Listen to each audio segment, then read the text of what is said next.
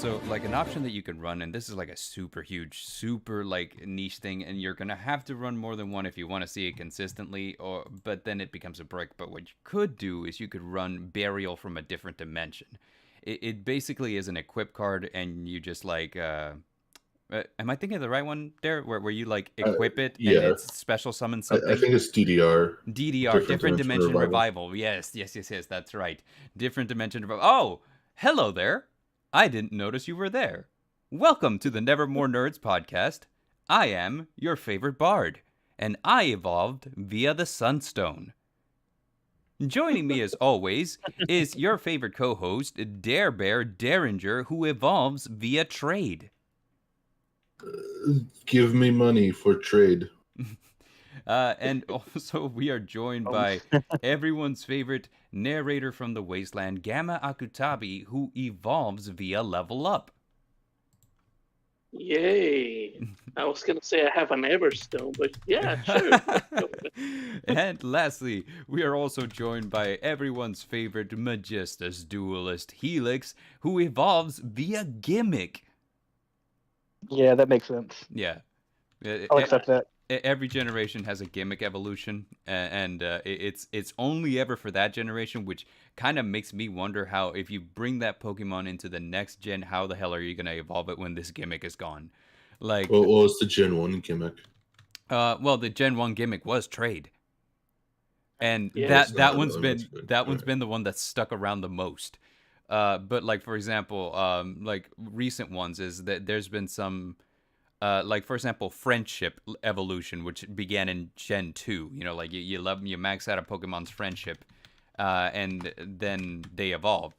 Now we have like Pokemon that evolve like, well, now if they learn a specific move and you use that specific move, then they evolve with it.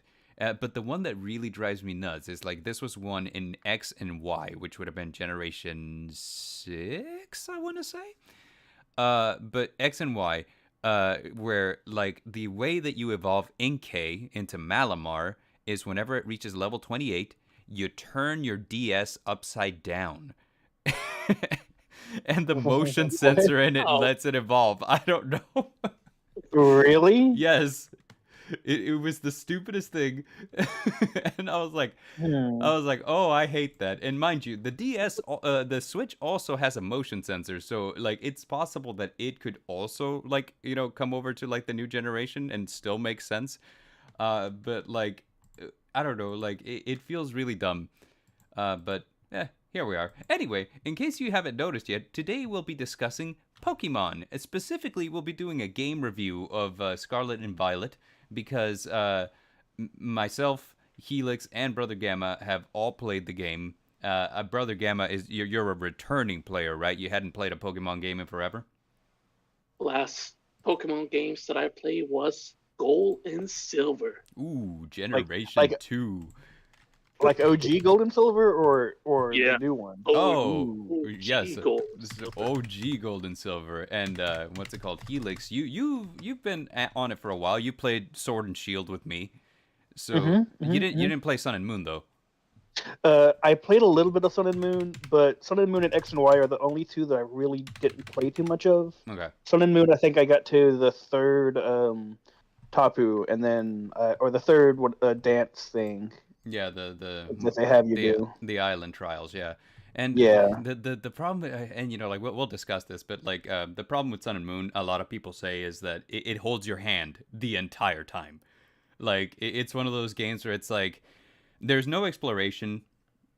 Your path is very linear, and wherever there is a place that looks big enough to where you're like, I could probably get lost in there trying to figure out my way out of the dungeon, they always put an NPC there to be like, it's a lucky thing I know my way around this place. Follow me. I think that's probably Isn't why I that didn't like all it too much. Pokemon games though? No, some of them more than No. others, and this one specifically, which could be our first topic, this one specifically, hell no. Like, you can absolutely get lost in Paldea and just, you have to figure your way out, because like this game basically sets you out on your journey and gives you two options. It's like, hey, you could go to the east or you could go to the west, and that's how your journey starts. But then after that, they're like, yeah, figure it out. Yep. And honestly, I think that's one of the best things that they can do in this kind of game too. Just Agreed. make it open map and then Which it choose is. where you want to go. Exactly. Yes, and it is 100% open world, and you can go. I mean, there is so much to stuff to so many ways to get lost in Paldea. I remember there was I chose to start off with the game. By the way, has 3 different quests that you will complete across the entire game, which is the Victory Road, which is your typical Pokemon quest. You know, like collect all the badges, defeat the Pokemon League. Then you have what do you call it? Path of Legends, which is you find the Titan Pokemon and defeat them. And then you have Starfall Street, which is you go and battle the leaders of Team Star to make them disband Team Star. Before we go any further, major spoilers ahead. Oh, agreed. Yes. Yeah. Major spoilers ahead. If And you have this not... is how the game ends, and this is the final villain, and this is what you do. Exactly. Don't even give spoiler alert anymore. I'm really bad about spoiler alerts. I want to say hello to definitely not the Sock Goblin, Amazing WTF, and Pimp Demon. Welcome, guys. But no, Who's definitely not the Sock Goblin? It's definitely not Sock Goblin. It's So definitely who not. is it? Well, not him, that's for sure. So yeah, spoiler alert. We will be discussing plot details. So I mean, if you haven't played what's it called, Scarlet and Violet, and would like to, this is your warning. We will be spoiling a lot of the game for you. So Everything about the game. pretty much. So you have like 3 different story plots, which already to me, and you know, like they do tie up kind of neatly in the end.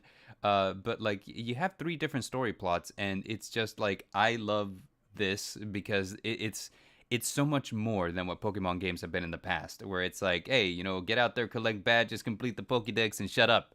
You know, it's like there's a lot. You have that plot, sure, but you also have like, okay, well, you're making friends along the way, and your friends have quests for you to do too.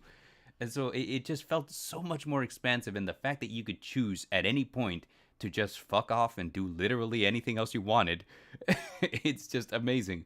So like, I was gonna say, like, I chose to start off with the Victory Road path, which if you go to the west, it puts you in a desert, and you will get lost in that desert because the maps are no longer linear. There's usually like a path that if you follow it, it will lead you pretty straight to the next place.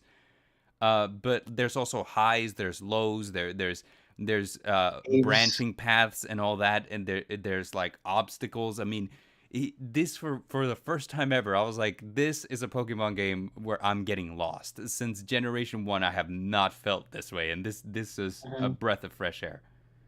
And all the caves networks that they have going on in some of the desert areas, and then the south west eastern part, the cave over there too. Yeah. Like just the way that you can get lost, the way that you can travel around, going left, right, doing something, and then trying to beat a gym or trying to beat one of the other Titans or star bases, and going, oh gosh, I can't beat these guys. Yeah, like, well, let's go somewhere else. You end up in the star base where all the Pokemon are at level 70, and you're just like, oh, I should not be here with my level 15 starter. Oh yeah, the 8th gym that just happens to be very close to the starting town. I know. Like, why did they put the 8th gym like adjacent to the starting town? That felt so stupid. I mean, that's what they did in the first gen, wasn't it? They did, but they had it you closed. Couldn't go into it. You couldn't go into it. You're 100% free to challenge this one if you want. And get if you can make it through the cave.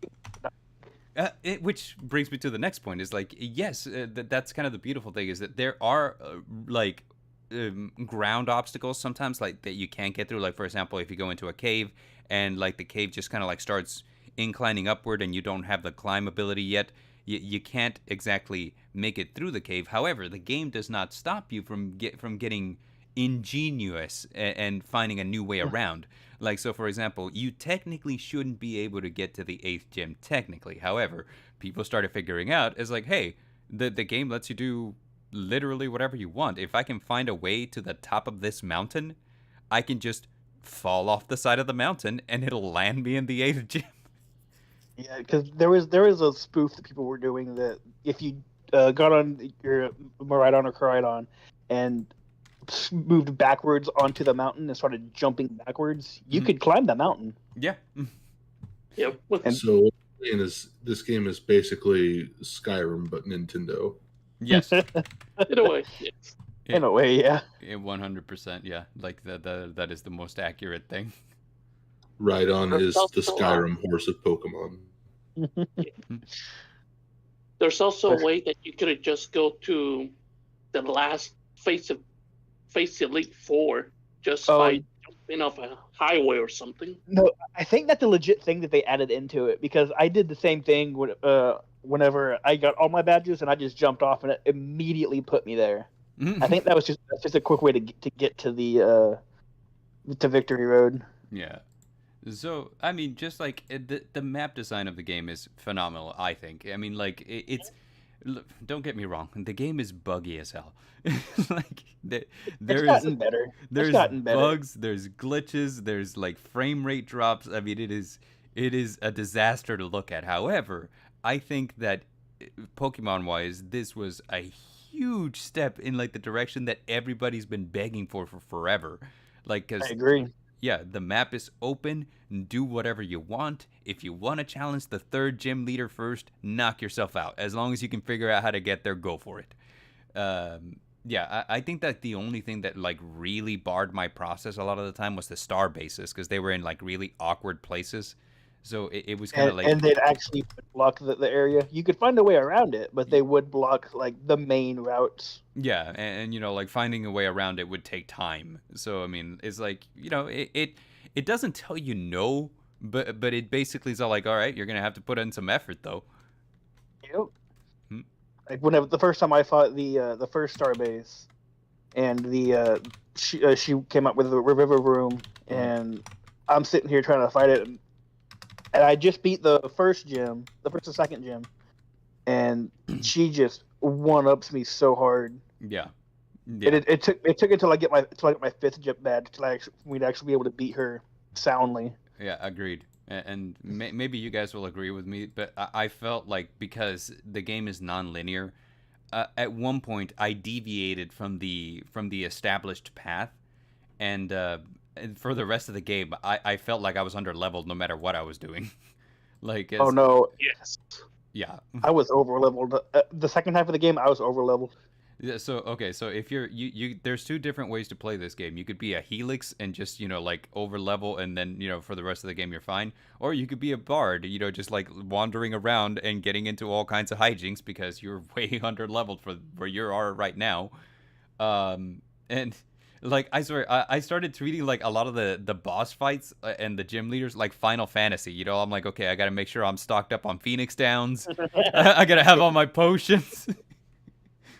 Oh yeah, that's definitely true. I've went through so many revives. Yeah, I was like, I never in a Pokemon game had to rely on items as much as I did in this one. It's like, even like... I had to start using battle items by the fifth gym. Yeah. I was using the Rocky Helmet, Assault Vest, all those. I had to. Whoa. Yeah. It is a trip. I don't know. So what about your journey, Brother Gamma? How you been? How did you handle it? How did it feel for you? At first, I was like, "Oh, hey, this is new. Look at all this crap going on. Let me go to this gym over here. It should be easy, just like Brock's." Yeah. No. They tell you first, "Hey, you gotta do a test, so that way you can fight the gym leader." I'm like, "The hell? I came here for. I got out of school, and you're telling me to take another test? Hell no." Yeah. Move this giant fruit all the way to that giant basket. Oh, okay. What was y'all's favorite gym test, out of curiosity? That is a good question. So, like, for the viewers who are not aware, before you battle any gym leader, there's a gym test. Basically, like, they make you run like a little mini quest or like a little mini game for you to like finally battle the gym leader. And we did one here on stream a couple of weeks back where I took on the third gym leader, Iono, and I had to basically be on her live stream playing hide and seek with Professor Clavel or Clive. Hey, spoilers! Yeah, spoilers! Right. Yeah, I'm sorry if you were unaware that Professor Clavel and Clive are the same person. I don't know what to say. But so yeah, like every gym leader has a gym test. So honestly, like for me, it was probably the last one, which was Tulip, because what she did is she made you fight against the gym professor at the academy, and that was it. And I was like, more battles, yay! Was that the right one? Was that Tulip or was that someone else? I don't think that was Tulip. What was Tulips? Trying to remember who's Tulip. She's Tulip the was model. Tulip The was model. Oh, that's the no. That's the yoga. That's the yoga. Yeah, like the yoga one. Yeah. Yeah. Yeah. The pretty one. The one that I don't have a lot of artwork on in my computer. You can't prove anything. Stop asking. Yeah, the gym teacher. Yeah. She makes you battle the gym teacher. Because throughout this entire game, you're supposed to be in school. But like you're like, of course I'm in school, but I'm also fucking off on a Pokemon journey. Yeah, find your treasure. Don't be in school for days. Like, well, okay. Find your treasure. I was like, my treasure is not going to school, baby. Going on an adventure. Heck yeah. Yeah. And then you see Pokemon trainers that are old, like really old, and still. I'm like, what the hell? And like 90% of the Pokemon trainers you encounter will be classmates of yours, but this school teaches people of all ages. It's weird, yeah. Like you'll run into discriminate. Yeah, they don't discriminate, but like you'll run into people wearing your uniform, which are clearly in like their 60s, 70s, and I'm like, oh, yeah, just going back to school now. Hey, Gramps. Like, oh, did you fail? Yeah, did you fail that class? That is a good question. It's like, hey, firstly, are you going back to school, or have you just been held back for like ever? like, are your Pokemon is level 1 the whole time? Do you know how to train? Like, that you had to do IVs and EVs? I mean, at this point, I think it's time you drop out, Grandpa. But yeah, like, for me, it was Tulip. So... Grandpa kicked my ass. Yeah, really. I think the most memorable one though was definitely like the water gym leader, because you go in trying to battle him, and he's all like, "I'm going to the market," and he just takes off running, and like, what's it called? His assistants are like, "Oh, he forgot his wallet. Here you go. Did you take his wallet to him? You're gonna have to cross the desert." But as soon as you cross the desert and you return his wallet to him, we'll just call that your gym test. and then his apprentice says, "Hey, who are you? No, he's too busy. He can't talk to you right now." Yeah, so if anything, that was the most memorable one, because it's like not only is the gym leader like not in his gym, but you also have to chase him across a desert to a completely different city. That's true. To the freaking auction house. Yeah, to the freaking auction house. You know the one. And then he still wants you to bid on whatever he needed. Yeah, I know, right? He's like, "Oh, okay, so you brought my wallet to me. Okay, well, tell you what, use the money in the wallet to participate in the auction. See if you can win." I was like, I am about to run you dry. I am not good at auctioning. Did you use it all? Keep the change. No, I didn't use it all. I mean, like, I used a lot of it, but I didn't use it all. Yeah, because I think I ended on he gave me 50,000, and I ended on 45. Yeah. Whoa. Yeah, like, and you know what's funny is, like, in Pokemon games, it's always like, whenever they mention any amount of money, I'm like, man, that's a lot of money. But then I stopped to remember. I was like, oh, this is a currency that's probably based on the yen. So like $2,000 Poké-dollars is probably like equivalent to like $20, you know? So, yeah. So it's which also kind of like begs the question. I was like, okay, that means that Pokeballs, which are like 300 Poké-dollars, would probably be like 30 cents or something like that, you know? And then the Ultra Balls are like $3. Yeah. So it's weird, but yeah. So anyway, like for me, it's either between Tulip or between like the water gym leader, whose name I can't remember. I think his name is Kofu. Yeah, that's. I think you're right there. Mm-hmm. So I don't know. What was y'all's favorite gym challenge? Larry. Larry? I hated Larry. I hated his challenge Why did you I hate could- Larry's challenge? But because I couldn't figure him out. I had Larry is the Larry most Bird. relatable person in any game ever. Agreed. he was my exactly. he was my favorite gym leader. Don't get me wrong. Yeah. But his challenge, I found all of the clues, and I found two. I found there were 3 clues. I found where 2 of them went to. I could not find where the third one went to, so I had to keep guessing. In fact, I think I was over at your place too, Bart. Whenever I was doing that challenge, and I was like, "Hey, I figured it out. I guessed on 2 of them, and I got it." Oh yeah, and you that's looked right. at me like, I was like, you guessed? Yeah, that's exactly what that was like. No, for me, I also guessed on one because I was like, okay, so there is like one last clue that I can't figure out, and I was like, you know what? I'm just gonna guess. I'm gonna keep because I was like, I'm sure of these. It's just this last one that I didn't find, so I'm just gonna keep guessing until I've gone through all their options. So that's what I did.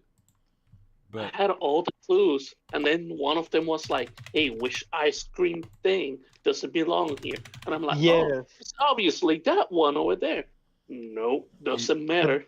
yeah, But there was like no clue with it, and we were just like, "What the heck?" well, What are we the missing clue here? was if you talk to them because hold on. I did though. Because if you talk to the ice cream person, they have an item on their menu that isn't ice cream. Oh, really? Yeah. That wasn't it either. Yeah, so at least that's what I thought it was because I looked at them and like all of the items on their menu was ice cream except for one of them, which was a rice ball. Exactly. That's Yeah. what I Well, want. to Okay, me- That it's was a a right. choice. To me, this sounds like just a big skill issue between the 3 of you. I think Dare's correct. I think Because we're just... I had no problem with Larry's test. I bet there was like, you know what? I know you, Larry. I am one with you. I I know am exactly Larry. what you will eat.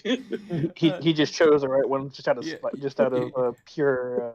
Like him and Larry just kind of vibed, and then like Dare just immediately knew what his answers would be. It's like, yeah, a guy like Larry, this is exactly what he would order and how he would order it. And they were just like, wow, like you found all the clues. I was like, I didn't need to look for clues. I just knew. Yeah, I am Larry. The best thing about it is that like my wife's dad, his name is Larry, and he looks exactly like Larry. So He really does. the moment I like saw this, I showed it to my wife. I'm like, what is your dad doing in a Pokemon game? And then whenever he showed up as one of the Elite Four, I was like, Larry, what are you doing here? I know, like, and I guess that we could like pivot into this next topic of conversation. What did you guys think of like the difficulty regarding the gym leaders and the Pokemon League? Because I'm interested in hearing your opinions on this. I felt like the gym leaders were a lot harder compared to the Elite Four, especially the champion. The champion I felt like was a joke. What do you think, Brother Gamma? I completely agree with you on that. Yeah. I felt like the older generation of Pokemon, like the old ones, the gym leaders were harder.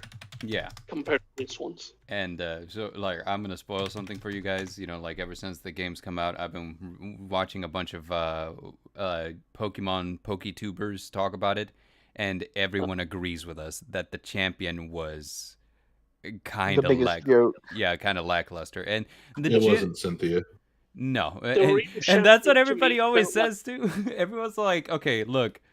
This person is the farthest removed from Cynthia as we have ever gotten. Cynthia is still the stereotype for what a champion should be. Because Cynthia was like super fucking strong. Cynthia was super fucking strong. She had her Garchomp that would one hit everything in your party. Mm-hmm. And it was faster than unless you got lucky. It was the fastest Pokemon in that generation too. So like Garchomp would not only one-shot everything, but also he would always hit first. So like when you got to Cynthia, firstly, your team would be like suffering from the Elite Four. The Elite Four would not like let you off easy. And then you get to Cynthia, and her entire party is composed of like 10 out of 10 Pokemon. These Pokemon are just like perfect choices. and they don't go down to a one shot, because by the time you're fighting Cynthia, you're roughly on level with her, but hers are clearly just better. And if you somehow manage to get through all her party, she switches into Garchomp, and he's just basically there for cleanup. You know, like you're He's not the ultimate sweeper. yeah, ultimate sweeper. Speaking of which, even the Elite Four heals you before you fight her. That's true. That is so true. Like, and you know that's not a new thing to Pokemon. Like, it's gotten to a point where they're basically like, okay, you've just been through a huge dungeon and you're about to face a challenge. Let me heal your Pokemon before you move on, right? They didn't used to do that back in the day. That back in the days, are like, oh, you didn't bring enough potions? Yeah, okay, well, get fucked. SOL. or if like be multiple battles one after another, and there would be no healing in between them. Or you wouldn't be able to walk between them either, so you can't go into your menu and heal and revive. You just go right to the next battle. Right. But so yeah, like everyone's always kind of like been like, Cynthia is definitely like the toughest champion because she had no mercy, like absolutely none. And every champion since then's been like, kind of hit or miss. Like, for example, we like Iris. We think Iris is a good champion. We liked what's it called? We liked Leon. We thought Leon was a good champion. But like every other one is kind of like really super forgettable. Like, for example, who's the champion in Alola? Does anybody know? It's obviously Gary. I don't know. Yeah. Okay. So see, nobody knows. Like in Helix, you played Sun and Moon. Like, so like, who's the champion in Alola? I never got that far. So okay, there we go. See, I had to actually look it up, and I played this game a lot. The champion in Alola was Professor Kukui. Was it really? Yeah, because during the events of Sun and Moon, they're building the Alola Pokemon League because it didn't exist before. So at the end, whenever it's finally built, the first person to challenge you as champion is Professor Kukui. Yeah. Wow. And I was like, and I played this game. I should know, but I'm like, it's so forgettable that I was like, I don't even remember what Pokemon he used. But that's hilarious. But I remember Cynthia. I remember Spiritomb. They made I remember Executor into a Garchomp. tree. That's all you need to remember about that game. Yeah. Executor was a tall boy. He was a dragon type too. Yeah. So like. Wait, what?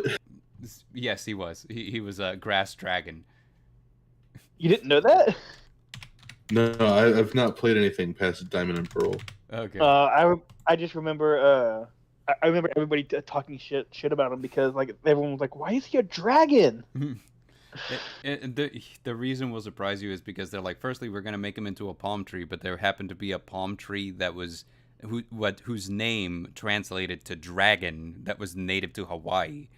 So when they made Executor into a palm tree, they basically were basing him off that specific palm tree, which is why he's now a grass dragon. Interesting. That's actually pretty cool. Yeah, I hate it. But to y'all's so like I was saying to you guys, the La Primera, Gita is not a good champion. Her team was a lackluster at best. And let's be honest, sometimes like the hair is sometimes a symbol for some of these characters, and her hair was her hair was a mess. Like I thought that it was the biggest mess I've seen.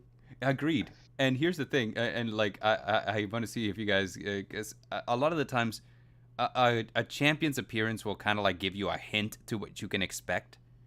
And I feel like her messy hair was supposed to represent her Glamora, which is a Pokemon. I can see that. Yeah, I can see that. Yeah, and also like here's another thing I want to get you guys' opinion on. Glamora has a really good ability. Why the hell is it the Pokemon on the last of her? It should be the first. It should have been the first. It should have been, but since that was her signature Pokemon, that's it stupid. had to be last.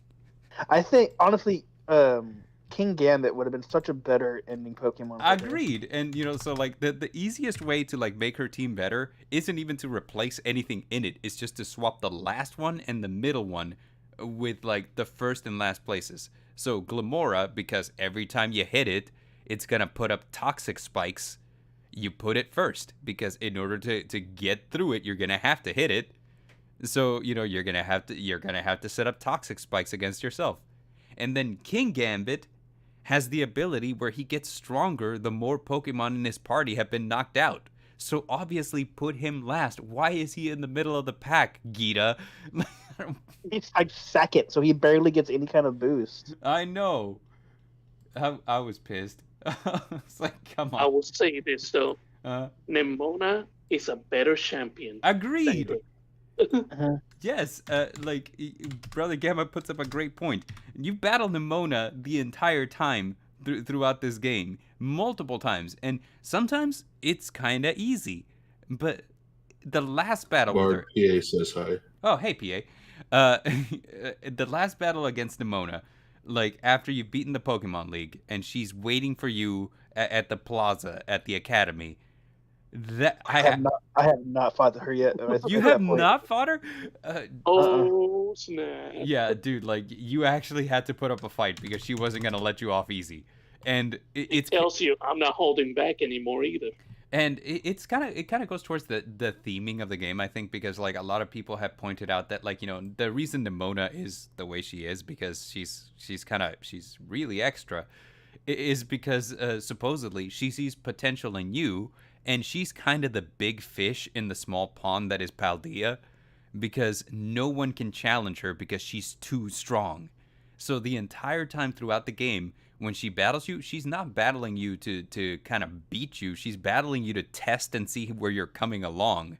And then in the last battle, now she's not holding back. She knows you can take it. So she goes all out, and I 100% agree. I was like, no, Nemona is an excellent champion. She should have been the person you faced last. Which is probably why she is the one that you face last at the very end, after everything's said and done. Mm-hmm. Yeah, I couldn't get that out. Yeah, and even at the festival, after you beat her in the festival, it's an ongoing thing, and you fight Grit again, she's still lackluster. That's true. You fight Gita more than once, and every time you fight her, it's just like, you can't disappoint me more, Gita. Please stop trying. I'm like, okay, I'm going to Skelliger this entire tournament right here. I'm just going to use Fire Song right here, all the way. Screw all this. Yeah. It's a huge disappointment, man. Like, she is, and here's the thing. So you end up, like, in the battle for festivals after, after you unlock them, you fight a bunch of different characters. I always have the hardest time with random teachers than I do with the champion. Like, the champion, like, if it's like, oh, she's the last one in the bracket, I'm like, oh, I'm not even gonna worry about it. I can pretty much one-shot her entire team with one Pokemon. I'm not worried. And I don't know. Here's another thing. Like, it's customary for, like, the champion to have at least, like, some manner of pseudo legendary in their team. Lance from the first generation, he had, like, 2 Dragonites, and what do you call it? And I'm calling Lance as the champion because Gary was just on a whole nother level. But like, there was Tyrannitars used in Generation 2. Steven in Generation 3 had a Metagross. Steven did have a really good team. Yeah, Steven was comparably, I'd say Steven and Cynthia are probably the best champions. But, like, Cynthia had her Garchomp. Why did Gita not use Box Caliber? Good question. That's a very good question. Yeah, really. I did not. I'm like, this is the pseudo legendary of the region. You're the champion. You're not going to use this? Like, because the champion's got to feel like, like they're just on another level, right? So clearly, give them a Pokemon that's either difficult to find or just difficult to evolve. In my opinion, I'm like, what are you doing with a fucking Veluza? This is a one-stage Pokemon with mediocre stats. Have a Voxcaliber or have a fucking Goldango. Like one of those two. I'm like, that makes more sense. Goldango specifically because it's so hard to evolve. Or and Baxcalibur has the funniest move ever. Yeah. Yeah. That Dragon Rush is hilarious. Yeah, Excalibur does look kind of funny using that move. It's like, I'm just gonna stand on my head and slide across the floor to stab you with my back. Whoa. If you haven't seen that move, man, it is hilarious. Which reminds me, Brother Gamma, you actually found like the baby stage of Excalibur pretty easily.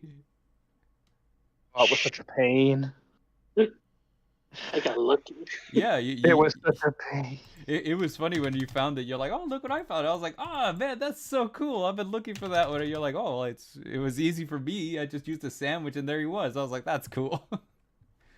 Yeah, you just gotta go to the ice mountain, eat a picnic, and then he's gonna pop out. Yeah, it's gonna look like another Pokemon, but that's him.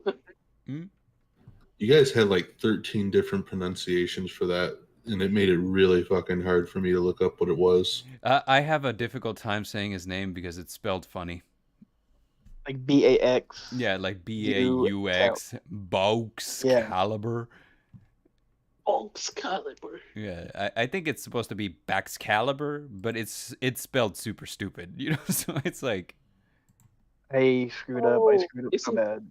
Isn't that the Pokemon that I showed you that the special move looks just like Godzilla's move? Yes.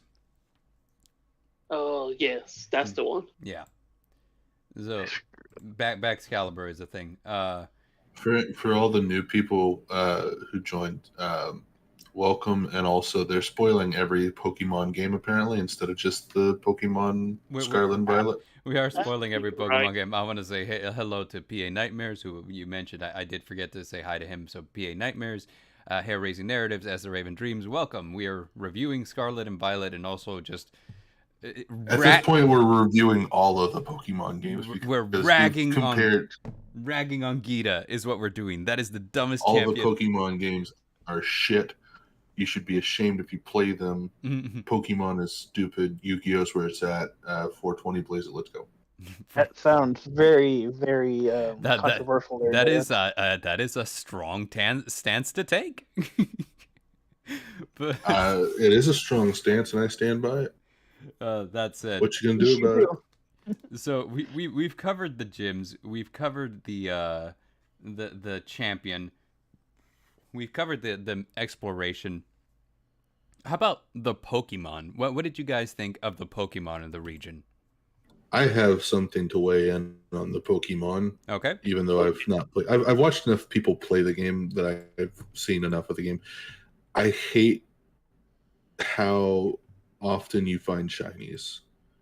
I hate that there's like a way that you can like increase your odds of finding every single shiny by just like you eat a sandwich, you equip a thing. So here's the thing: getting those Herba Mysticas are actually not easy. I've only gotten 2 out of 10 black raids that I've done so far.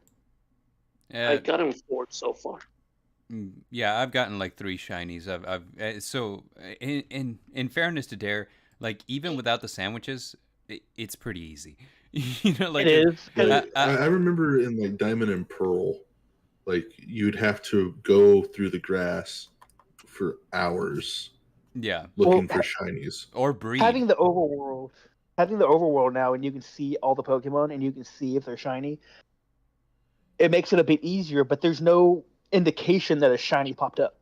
That's true. Yeah. It doesn't tell you like that there's a shiny directly in front of you. There's no like sparkles or anything, you know, like in other games. Yeah, but if you see a Pokemon in a group and it's a different color, then that's it's kind of sort of like some of them are so muted as shinies. Like for example, the difference between a shiny Gengar and a non-shiny Gengar is almost impossible to differentiate. Or like a Bronzong, it's like a grayish blue and then a greenish blue. Right, is the difference. Or like Wingles, it's just like the stripe on his wing. Yes. See, yesterday I found my first shiny, and it was a Luxurio, and it was straight up yellow, so it was very obvious that it was a shiny. Here's the funny thing: the first shiny I ran into was a Doug Trio, which the shiny on it is its nose is blue instead of red. And I gotta tell you, like I'm walking by, and I almost wouldn't have noticed if I hadn't turned around. Like there was something I was like, oh wait, I was supposed to do this, so I turned around, and now he was facing me, so I noticed it. I was like, oh, I was about to walk past you and just like not even know. But I do think that it's funny that like the two shinies that I found just on accident, just because they happened to be there, were Doug Trio and Wug Trio. I was like seriously like, huh. The, my first shiny was I attempted my first Nuzlocke of Pokemon. I think it was Red, and when after you beat Brock, when you go into the cave, I don't remember what cave system it is. Mount Moon. First encounter I get is a shiny Geodude, and all I have is like a Pikachu, and then like almost dead. I don't even what grass Pokemon I had caught, but it's just like I'm gonna lose my Nuzlocke because I'm not gonna like let this get away, and I'm not gonna like let it kill my stuff. Yeah, I mean, yeah. Yeah, I can see that. But yeah, so to Dare's point, yes, the shiny rate has been lowered. I think now it's at 1 in like 4,000, whereas before it was like 1 in like every 100,000 or so. So they're a lot more common. And to Helix's point, if you're looking for something specific, you do have to do some work to find it. Which regarding game mechanics, I think that's kind of like the name of the game in this particular generation is you're still gonna have to work, but you're just gonna have to work different.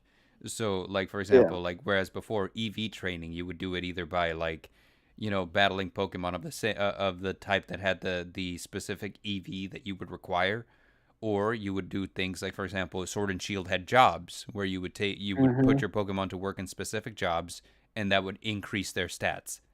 You don't have that this one. You have to do the carbos or the yeah, vitamins, or you have to do the actual training part.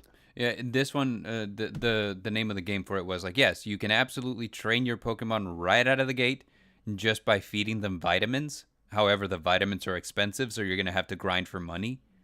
Or you can use the power items. Like there's held items called like the Power Anklet, the Power Bracer, etc., where if you let your Pokemon hold it, the amount of EVs will increase from like 2 to 10 or from like 1 to 9.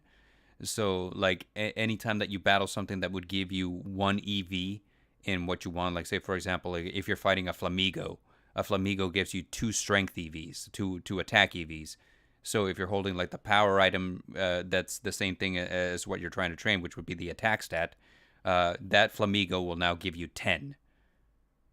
But also, all the Pokemon in your party that gains experience will also get the EVs, correct? Correct. So yeah, you would have to move like you basically, the easiest way to do it now is like get everything that you need to max out in stats of the same stat. So like just a team of nothing but like training for attack stat.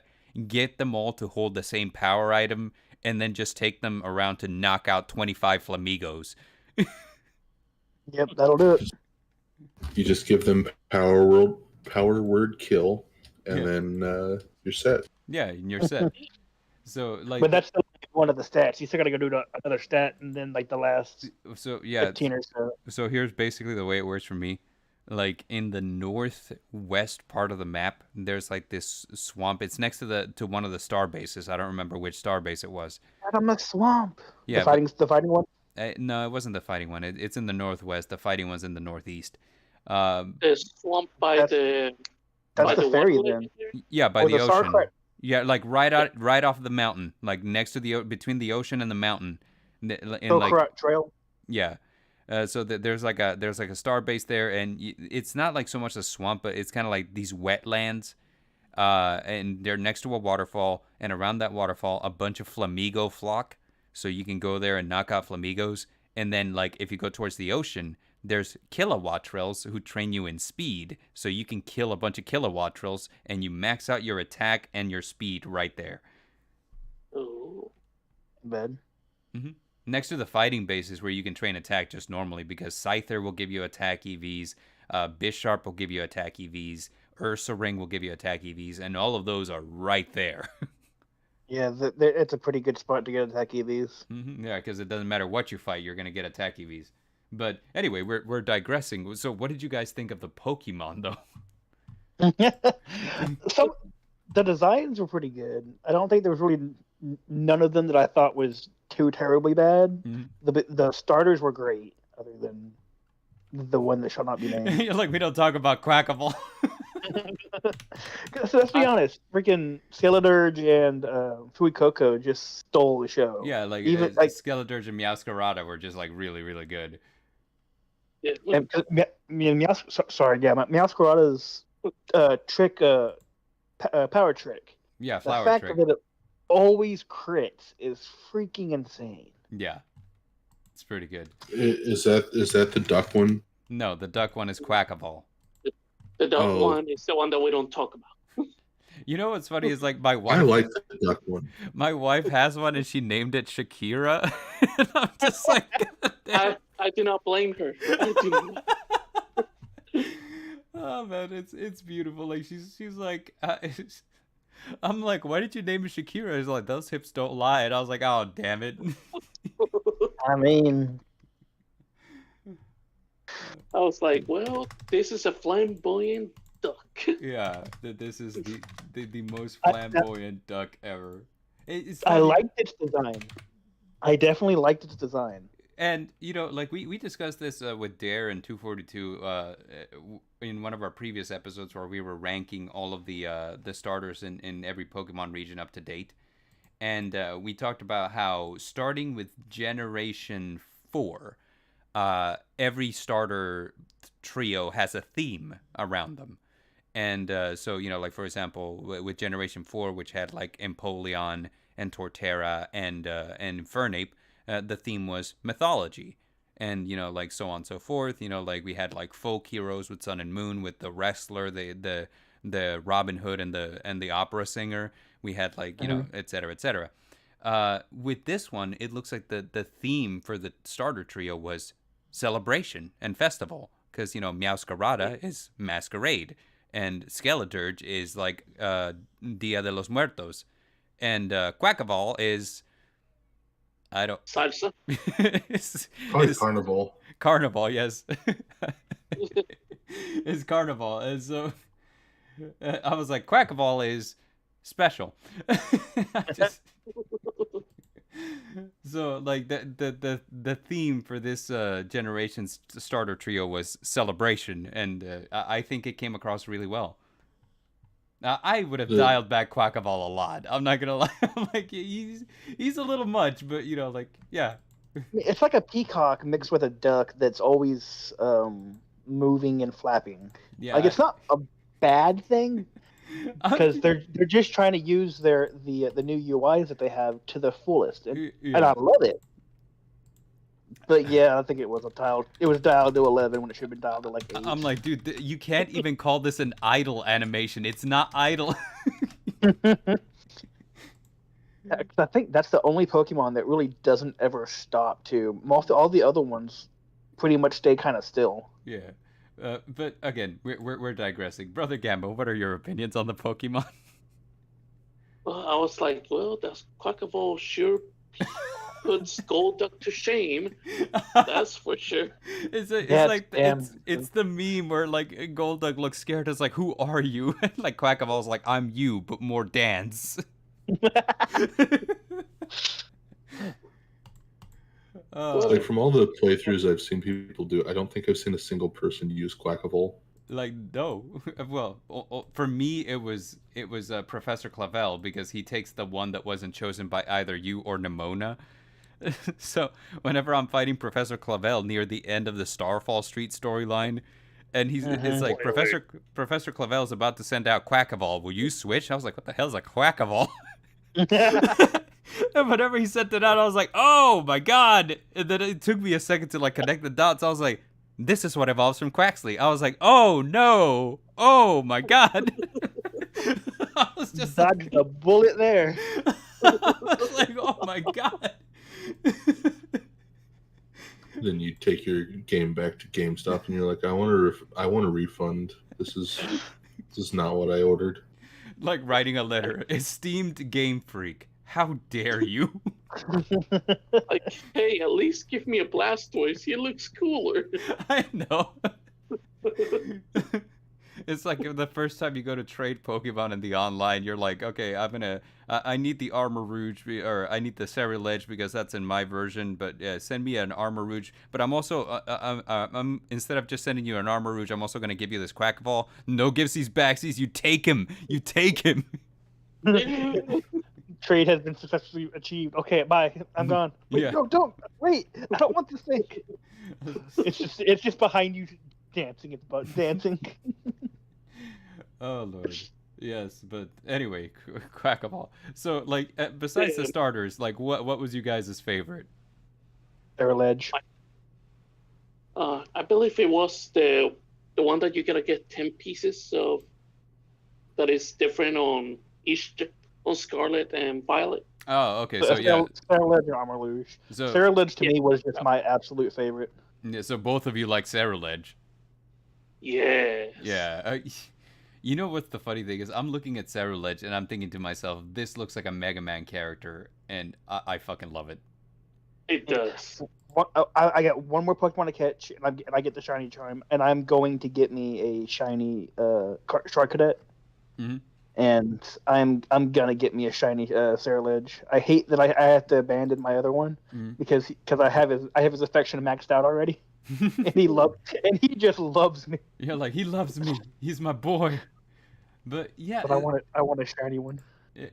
For me, I think like my favorite one besides like my starter is definitely Tinkaton. That Pokemon is just hilarious. I agree. I even seen your meme like, hey, this is how Tinkaton looks on the Angel version. Yeah, that's right.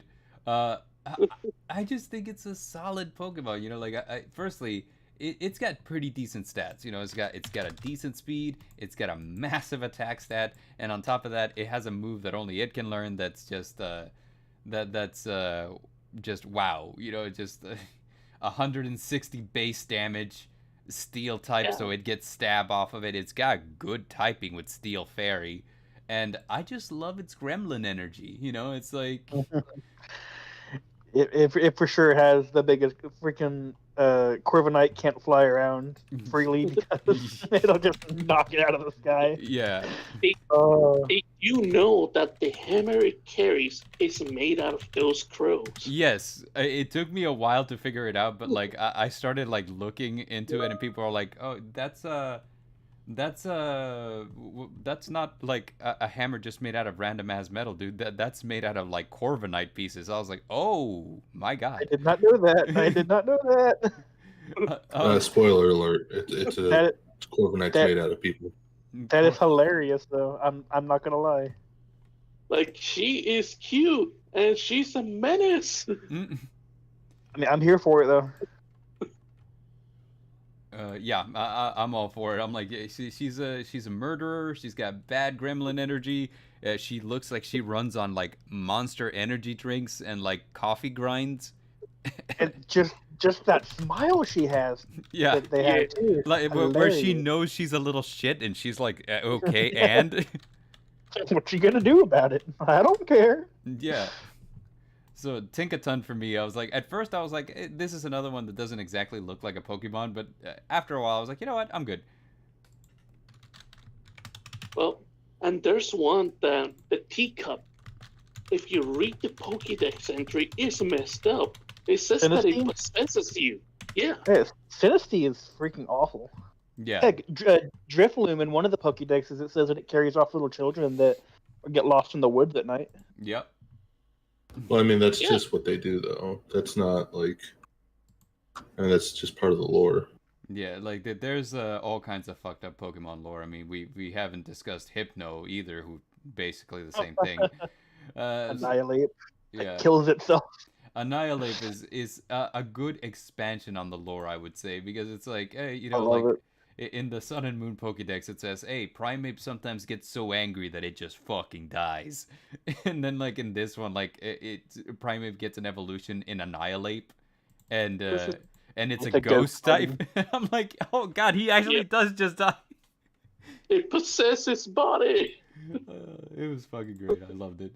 And speaking of, Annihilate has good stats too. I mean, he's just kind of decently beefy, and he's got like a really, really strong attack stat with a move that gets stronger every time it hits. So I'm like, I'm good on it. Annihilate was in my ending team. Hmm? Nice. Very nice. So, like, out of curiosity, what was your guys' ending team? Depends what you mean by ending team. To beat The the one that I Pokemon use at League. the festival? Yeah, Okay. 6 Bidoofs. 6 Bidoofs. Actually, Still it stand was. by that's the strongest Pokemon in all Pokemon games. 6 Okay. TM slaves. It was Skeletor and Tinkaton. And those are pretty much the only two I needed to beat the whole league. Nice. It's like I'm gonna two-man this job. And So I was almost about to die with Tinkaton. And then I nailed that special move that you just mentioned. Yeah. While in Crystallize. And I was like, yeah! Just perfect. Yeah. Tinkaton is good, man. I love Tinkaton. So how about you, Helix? What was your end game team? I had Annihilate, Skeledirge, Meowscarada, Tinkaton, Surledge, Howling Moon, and then the last one was who was the last?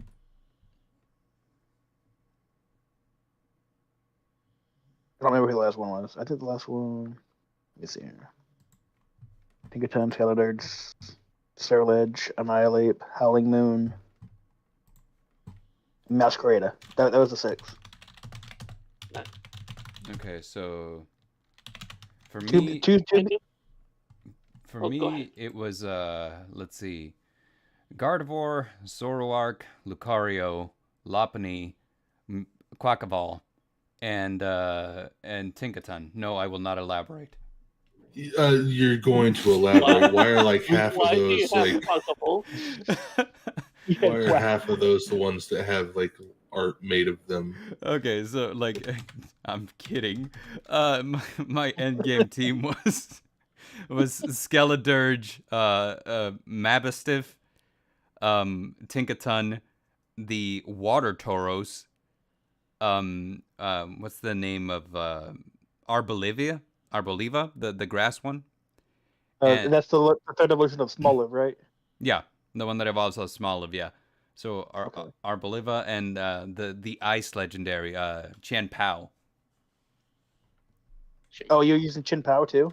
I was using him, yes, because I actually found him pretty early on. So I was like, oh, neat. So I just added him to my party. I just caught the last Pokemon that I needed. Nice. So I got a fully complete Pokédex now. Hell yeah. Nice. So Rats. the other team was a joke. That wasn't my team. I don't think it was. I don't do that. I don't think it was because you came up with those names really quickly. Probably the I was gonna tournament say- team. I was gonna say, so you're the one really playing Shakira. I see how it is. Over here blaming his wife for picking Quackaval. It's actually him. Well, my wife didn't get Quackaval. She started out with Meowscarada.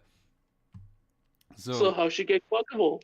Trades. Well, we all had the starters by like the 5th gym. Yeah, we well, I mean, I was finished with the champion at that point. I just like started like wonder trading, because you can log on and just kind of like send a Pokemon at random, and then it'll match you with somebody who'll send something random to you. Eventually, I got a Quaxley, and I just bred the Quaxley so that I could hand them out to everyone who didn't have one to fill out their Pokedex.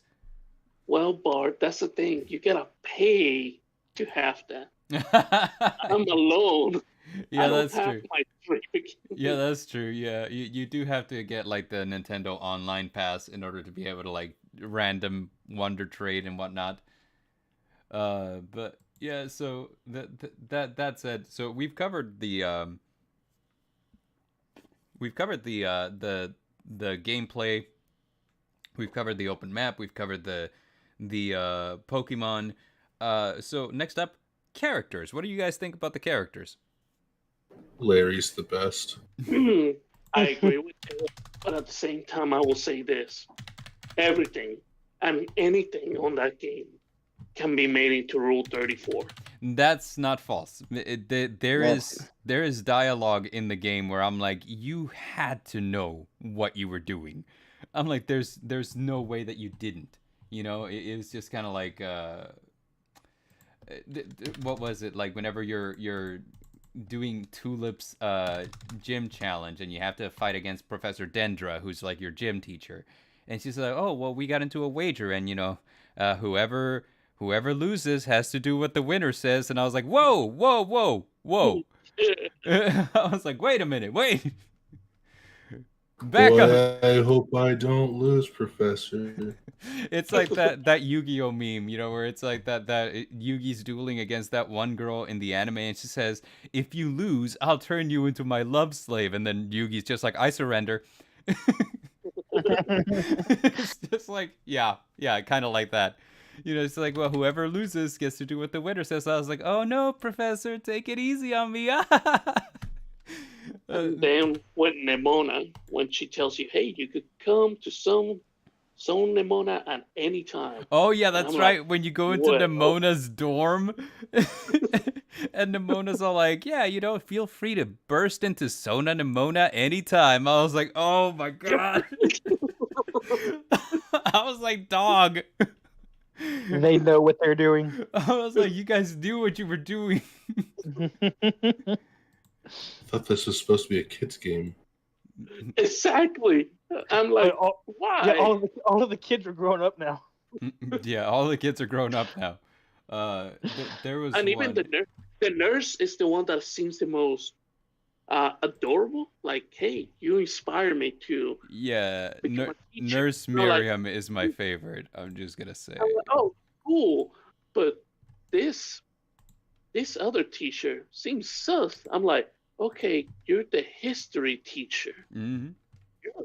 You're talking to me a little too much. Yeah, a little. You're being a little too friendly. Same with the math teacher too. The math teacher is always.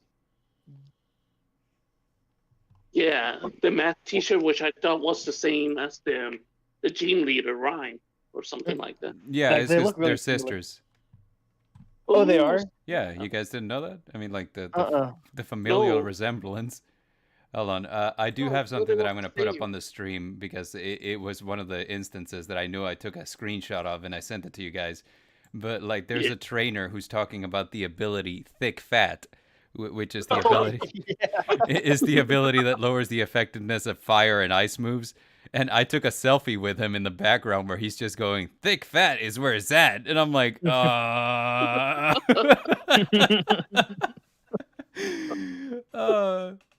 So yeah, dude, I mean, like, this game, like, it had some like really questionable, what do you call it? Some questionable dialogue where I was like, you guys had to have known that there's no way that this happened on accident. Like, you guys knew.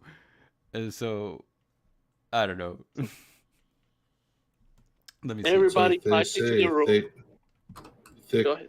fat saves lives, or whatever it is. Thick fat saves lives. And even the teacher that teaches you sandwiches is a little sus at times. I'm like, what?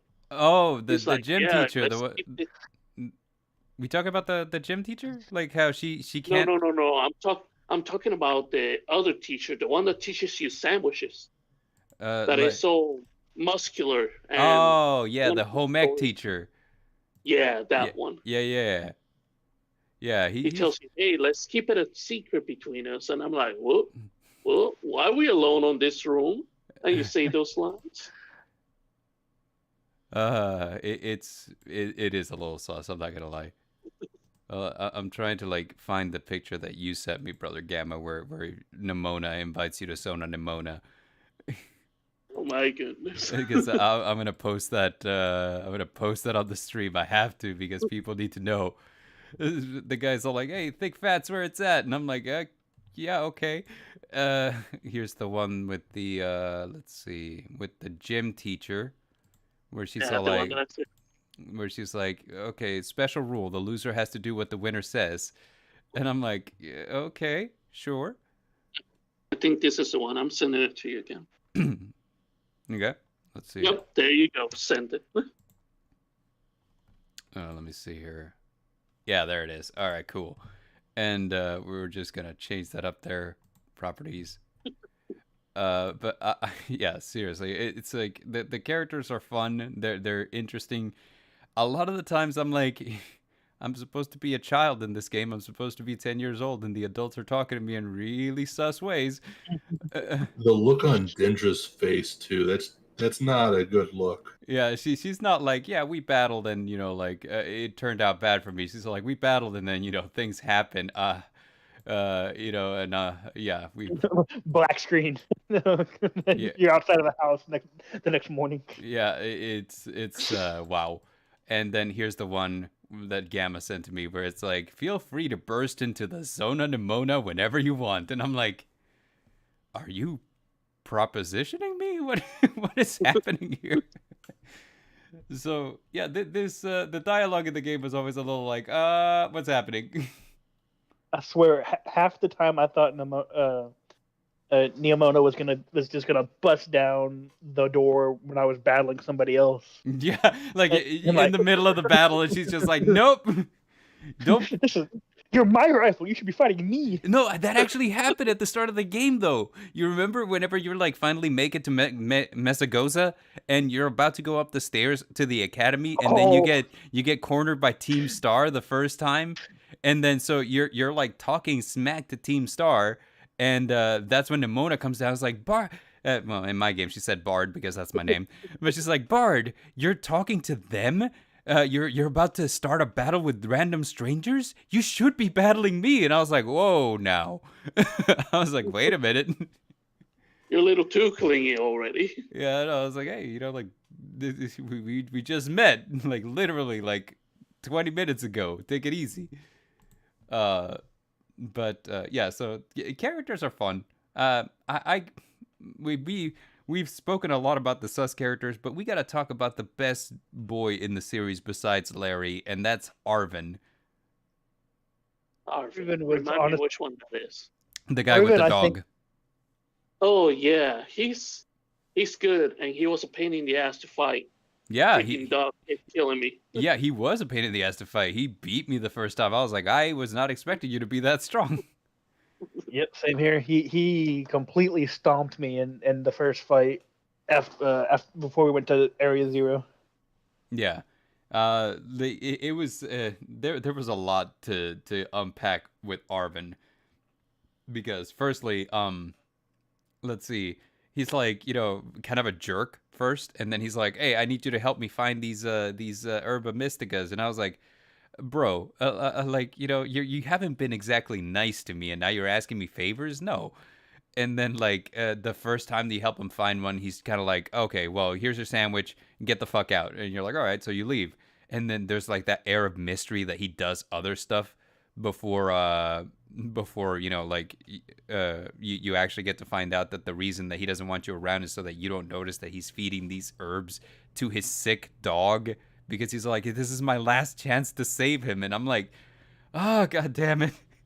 I wanted to hate you so much. Yeah, I know. I can. I know. I was so mad. I was like, I do not want to like you, but now I'm like, I sympathize. And I remember you specifically, Helix told me, he was like, the dog better not die in this story. Yeah, I was like, and this is one of the few Pokemon games that actually has like pre-rendered cutscenes, and I was all for. Yeah, the only thing that would have made it better if it had voice lines. Yeah, if it was voice acted, I would have loved to have been in one of the. I'm like, dude, I don't even have to be like a main character. I could be like a member of Team Star. I could go hasta la vista. Oh God! Why? Greatest catchphrase ever. Bart, I do not know you. You do not know me. I want to refund my money. I don't. So, like, seriously though, like, the pre-rendered cutscenes were good, but the one wherever he's like, he gives the dog the last herba mystica and he thinks that it failed, so he kind of like turns away, and then the dog stands up and starts like walking over to him, picks up the Pokemon. Oh my God, I was like, oh, come on. I was like, what? I know, I was like, oh, this hurts so bad, but I love it. And then it died. Do you have that picture I sent you? Like, literally, like I had sent you that picture on the Discord. It was Uh, but the meme? whenever the dog, yeah, whenever the dog first shows up, and Somewhere. hold on. It's gonna be somewhere. Like, if you could send it to me again, yeah, I can post that up. But Yeah, I've got it because I'm not even joking when I say that was 100. Here it is, 100% me. yeah. I got it right here. I'm sending it to you now. Okay. It was 100% me. I was crying and everything. Yeah. I will not lie. Yeah, because it was really really heartfelt, and I was like, wow, Pokemon, like actually taking the putting in the effort to make like a good story. What? I was like, this is so unlike you. But yeah, no, 100%. Like it's a really really good thing, and like that's kind of one of the things that I always kind of really wanted in a Pokemon game is like, okay, like yes, the battles and everything, but like for the love of God, like make the story good. Like I don't know why some of them have to be so convoluted. But like yeah, this is the one on the screen now where he's like, I guess I should tell you the truth. I was like, okay, what's your brooding backstory, picnic boy? I was like, you see, my dog is really sick, and it's just like, God. Was 110% me whenever the dog first showed up.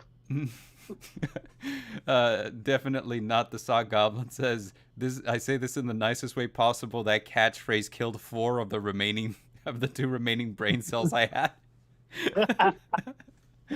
It's beautiful, but At least it still has 2 left, so you can rub together to get some ideas. yeah, but I even really wanted to hate.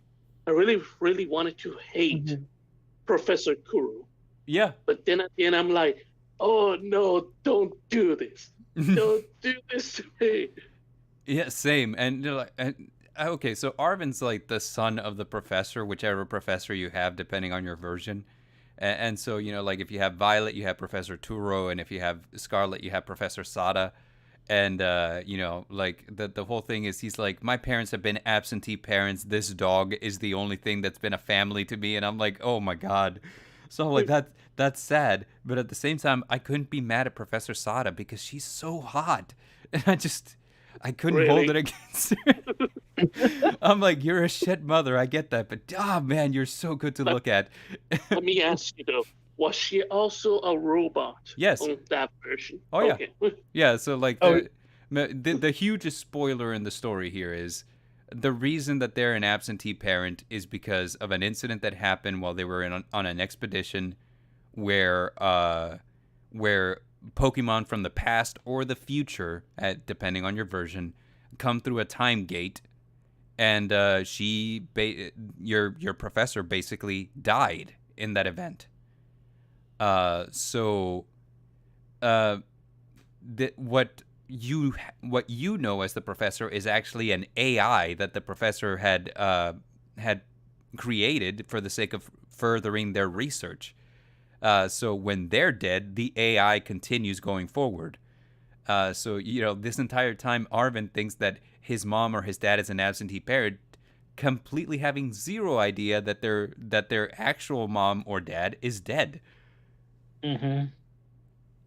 So, which honestly blew my mind. Like I was not seeing that coming at all. Same. Like whenever you're going down to like Area 0, and there's that whole moment where like the closer you get, the weirder the professor starts acting. I'm like, something's up here. Getting weird.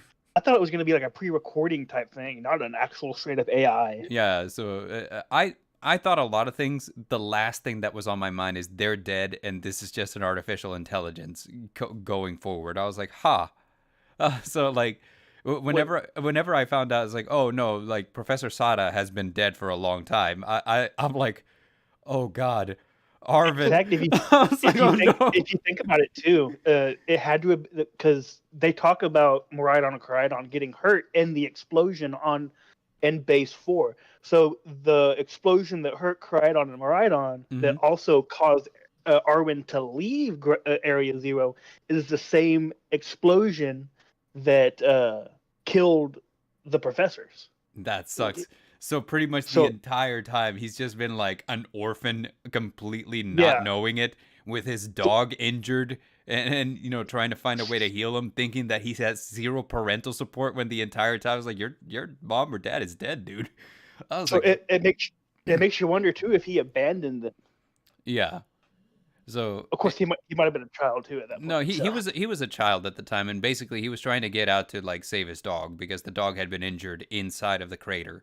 Like he even Yeah. mentioned it. So like, you know, he's like, okay, so I had to get out and I had to take the dog. And as far as he knew, his parents were fine because nobody knew that like starting at around base 4, everything was fucked. Nobody knew. Because like they were still getting communications from Sada or Turo. Granted, it was the AI, so they just assumed that everything was progressing. But yeah, so like there was all that, and it was just kind of like, oh, dude, like I felt so bad because I was like, oh, this man with the injured ass dog, and now his parents are dead. I was like, you just did not catch a break. Yeah, and then that freaking AI just leaves the last message for them, for Anvil. Like, Anvil, you've grown so much, and I was like, no, I don't need this feels right now. I know, like it's just so. I was like, it was bad enough that you were hurting me, but like you know, like with the boy being an orphan and having an injured dog, but then the AI has like a brief moment of lucidity where it like remembers that it was once human. And it's just like, oh, I am so proud of you. Look how much you've grown. I was like, oh no. I was like, why? So it was wow. Yeah. Did they ever mention what happened to the other parent? No, they didn't. You know, like depending on which version you have, he either has a mom or has a dad. They don't mention what happened to the other parent. Yeah, honestly, I think what it is kind of like how Emerald was. I bet you they're probably they can do one where it's both games combined and you have both Koraidon and Moraidon. Mm-hmm. And both parents were both professors were both down there. Mm-hmm. That's definitely a. Well, it's been a pretty common theory among the Pokemon community for a long time that the Pokemon does in fact exist in a multiverse, and you know, basically like we know that there is 3 established timelines that do exist, like one where Mega Evolutions exist, one where Mega Evolutions don't exist, and then a third one where something else happens. I don't remember what. But Yeah. like some theorists have gone so far as to say basically, hey, the thing that makes the most sense is that every time you like that different versions are different universes, because that would explain why there's version exclusive Pokemon. So like, you know, there's Pokemon you can catch in this version but not others, even though they're set in the same place. Because so like, for example, in Scarlet you can't catch a Gulpin or a Swalot, but in Violet you can. And the reason why is because it's the same Paldea, just in a different multiverse, you know? And they've broken it down to the point where it's like, basically, anytime you start a save file, it is a different universe. So it's all that. So basically, him having either a mom or a dad, but like the other one never ever being mentioned, is basically just kind of lends itself into that multiverse idea. But now let me ask you this, Bart. Mm-hmm. Yes. Where is your dad? Like my IRL dad? I don't know. I don't keep track of him. No. But like, no. I'm talking about Pokemon. Because you only see your mom. In every Pokemon game, you only ever have a mom, except for the 3rd generation in what do you call it, Ruby, Sapphire, and Emerald, because in those your dad is a gym leader. Yeah, you're right. Like, well, yeah. That's I want to say to Arvin, like, hey, Arvin, we got something in common. We only got one parent. Oh, no, yours is dead. Yes. So we have Dare being accused of larceny in the comments. No I haven't even said anything. I know. I was like, I don't know how that happened, but here we are. Maybe he misspelled and he meant like arson-y. But I don't do anything other than arson. Yeah. That's not a confession, by the way. Yes. Oh, something that I like about this Pokemon game. Mm-hmm. If you kill the legendary Pokemons, they actually just revive after a time. That's good. Oh, they did? Are you kidding me? Yeah, I wasted my they Master did. Ball then. Yeah, they do. I actually killed the snail one by mistake. And then it tells me it just went back to slumber off. It will come back after a couple hours. I'm like, oh, cool.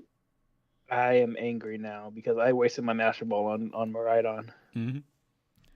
So yeah, so them's the characters.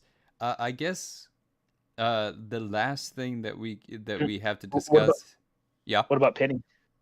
Penny. To me, like Penny was such a non-character. No, that's she didn't do anything until the end game. In Bard talk, that means he didn't find her attractive. Well, damn. I disagree. I don't disagree. Firstly, but DLC stands for Dareinger Larceny confirmed. Oh. But I don't know. Penny was okay. I mean, like, she's the leader of Team Star, the founder of Team Star, who decided literally just ran all the EVs. Yeah, who ran all the EVs. She had a very EV themed design. Here's the thing I don't like about Penny. I don't like that she refers to her EV team as her VV team. That pisses me off so bad.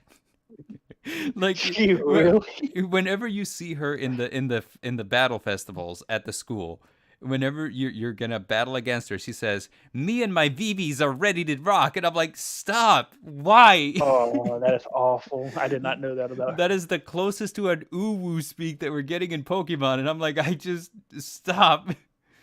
I don't know. You don't like her because she talks like you. No, but firstly. Shots fired. Shots fired. Firstly, the time that I uwu speak, I meant it as a joke, and then God, that just ran away from me. Secondly, when I was the King Kawaii, I had duties to fulfill. What could I say? But yeah. Yeah. So Penny's okay, and this Team Star. It just feels like a complete letdown from Hasta la vista. It went from mafia bosses. You fought mafia bosses, and now it's just like we were kids that got bullied. Dude, go look at Sun and Moon. Oh, yeah, Sun and Moon Team Skull. That they're Team Skull's hilarious though, man, because they're basically like trying to be like street thugs, but they fail so hard at it. Like. Like Team Skull is like is so much worse than Team Star, because Team Star you can kind of understand, like, hey, they're rebels, they're like they're a group of teens, trying to like carve their own path. It's the stereotype from like movies in the 80s, but like Team Skull is basically just like a bunch of wannabe thugs, and they're so bad at it. And I love how one of them is just like he's like, hey, You want to see me take a hyper beam? I'll do anything for money. And I was like, bro. Wow. I'm like, bro, stop. I'm like, buddy, are you okay? So, like, according to Raven, Team Skull, what's it called? Team Skull was perfect. Yes, they are, because Team Skull was never meant to be taken seriously. They are comedy, and it is just perfectly delivered. But so. We moved away from Mafia pretty much starting with Generation 3, because like what's it called, Team Rocket was basically the mob in Generation 1 and 2. In Generation 3, Team Aqua and Team Magma were supposed to be eco-terrorists, but they're dumb as hell, because it's like, we want more ocean, so we're gonna get rid of some of the land, and we want more land, so we're gonna get rid of some of the ocean. And I was like, you guys don't understand how the balance of nature works, do you? That's what Quasar was for. Team Galactic was pretty much a cult, I think. Oh, heck yeah, they were. Heck yeah, they were. Yeah, Team Galactic was pretty much a cult. Yeah, because their whole thing is... they were great. Yeah, their whole thing is like, we're going to build a new universe. Right? That's what we want to do. Our leader, Maxie, is going to take control of Arceus and build a new universe. Ooh. And we're going to be kings and queens in this universe. They were a cult. We gotta harness the power of the Pokemon equivalent of Satan. Yeah. Yeah. It was wild. We have to get Giratina to Mm. get Arceus. This is the greatest game ever. Yeah, it was pretty great. Team Plasma basically, I don't know, they seem kind of militant, but like their ends to me were really muddy. Like I didn't understand what they were trying to do.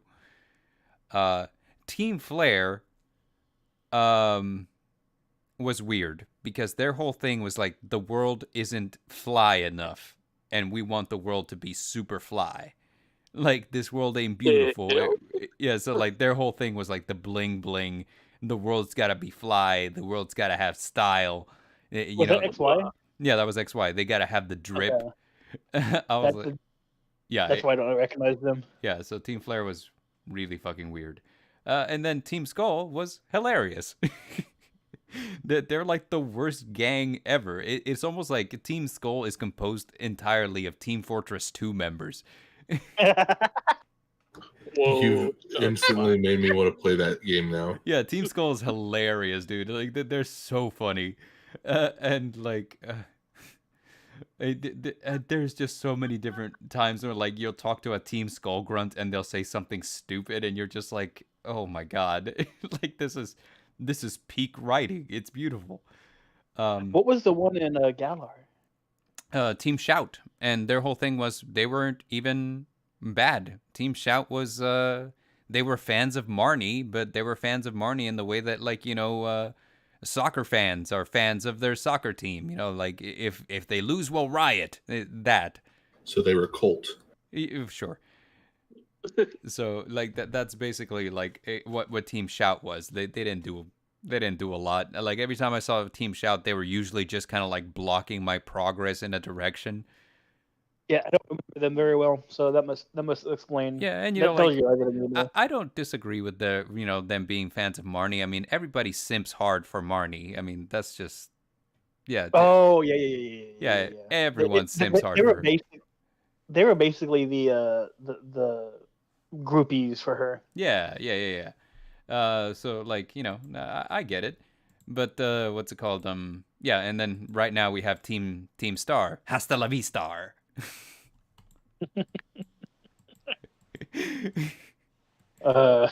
So Penny is an okay character. She's not my favorite. I mean, I don't feel like she did a lot. Like, and even Raven had pointed out that like what she did in the end game, she turned on the lights, and yeah, that's exactly when you beat her at Area 0, she turns on the light in the base, and that's it. Like the rest of the time, it's like whatever. But she calls her EV team her VV team. I don't like it. So lower on the totem pole. Yeah, lower on the totem pole. Like my character tier list goes Larry, Arvin, Nimona, and Penny. I can agree with that. Yeah. So we've discussed the characters, we've discussed the Pokemon, we've discussed the plot, we've discussed the gameplay. Have we?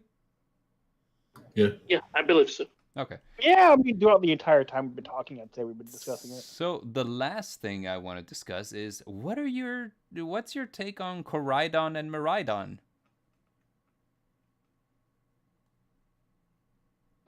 Yeah, they're good. I was like, I'll go first. I like them. I like their design. I definitely like their design. I feel it's kind of weird that I never liked it whenever they just gave you a legendary. So like this time when they're like, we're gonna give you a legendary, I was like, I don't know how I feel about that. But the thing is, it's the smartest thing that they did, because when you think about it, they give you a legendary, but they nerf him pretty much at the very beginning. He's injured. He doesn't have all of his abilities. He's kind of weak compared to what he would normally be. And throughout the journey, since you can't use him for battle, but he's an integral part of your journey because he's the way that you traverse the landscape, to the point where you just get attached to him. And like not just that, but like he's part of the story. He shows up in cutscenes just to be a dork. So like her Yeah, him Him and and Penny was hilarious. he has interactions with a lot of your friends. So like Arvin doesn't like him, but he's always like stealing Arvin's food. Every time he shows up, he wants to like lick Penny in the face, and Penny doesn't like him.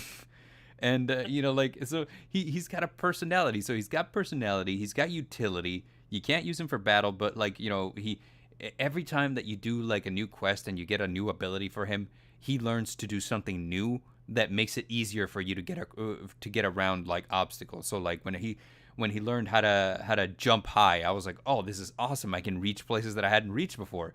When he learned to dash, I was like, oh, I'm getting between cities so fast now. And like Or what, the from best one, flying, the crawling. the best one for me was definitely the climb. When he learned to Definitely. climb walls, I was like, oh my god, I don't even have to worry about mountains anymore. I was like, this is so great. So like, you get attached to Miraidon or to Koraidon. So like, it's yeah, they're a little weird, They're but they're goofy. They're different. They're designed phenomenally, in my opinion. yeah, And they're honestly just the best way that they've ever done for movement around the environment. yes, because now you don't need to worry about HMs. Yeah. I mean, you're technically teaching them HMs because that's what Yeah. Turbo Mista is. Yeah. Mm-hmm. But it kind of threw me off a little bit because I was like, they look like motorcycles. It's a little weird. But for some reason, like after a while, that just kind of like grew on me. I'm like, nah, they look fine.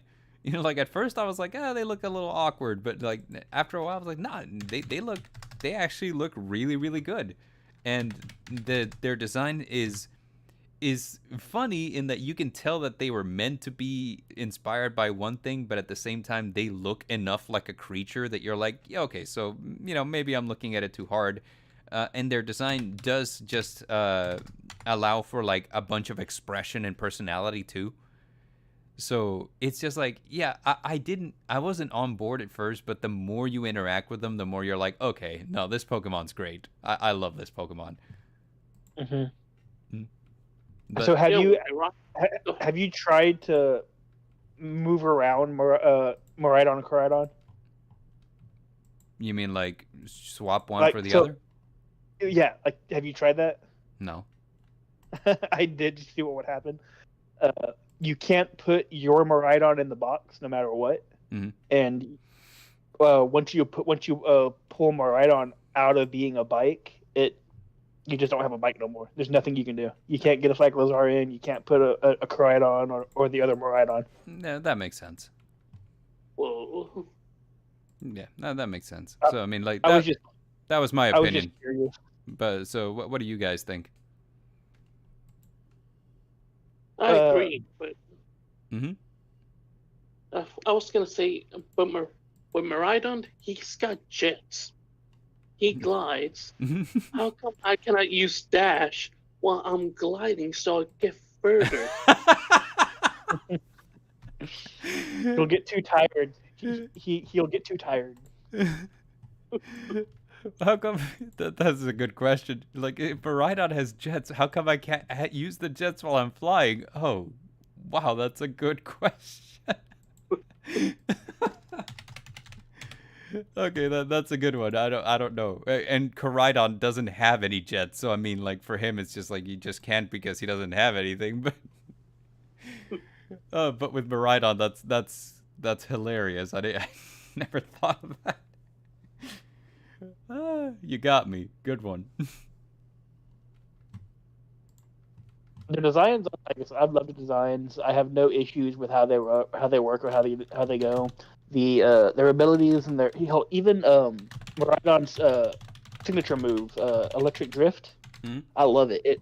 The way that the attack, the animation, everything is great. Mhm. I have no issues with how Miraidon or Koraidon operate.